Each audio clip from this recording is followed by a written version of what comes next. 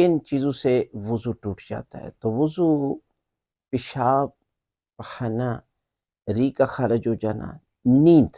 اکثر دیکھا گیا ہے کہ لوگ جمعے کے دن جمعے کے خطبے میں ہی سو جاتے ہیں، اونگ بھی آ جائے تو آپ کا وضو باطل ہے، جب وضو باطل تو نماز باطل ہے، اس لیے آپ کو چاہیے کہ پہلے وضو کریں۔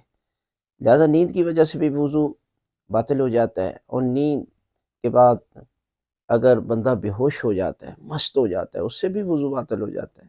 اور وہ کام جس کی وجہ سے غسل واجب ہو جاتا ہے، اسے غسل جنابت ہو جائے، اگر آپ نے وضو کیا ہو تو آپ کا وضو باطل ہو جاتا ہے۔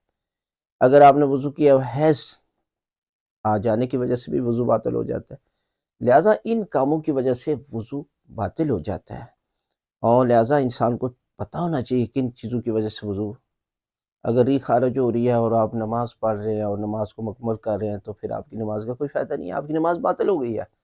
جب جہاں سے آدھی نماز بھی پڑھی ہے تو آپ کی ری خارج ہوگی تو آپ کی نماز باطل ہوگی، آپ وضو کر کے نئے سرے سے نماز پڑھیں گے۔ اس کا یہ مطلب نہیں ہے کہ 2 رکعت پڑھ چکے ہیں تو باقی 2 رکعت بقایا جو ہے مثلا 4 رکعتی نماز ہے تو پڑھیں گے، نہیں، آپ وضو کریں، اس کے بعد پھر ابتدا سے نماز پڑھیں۔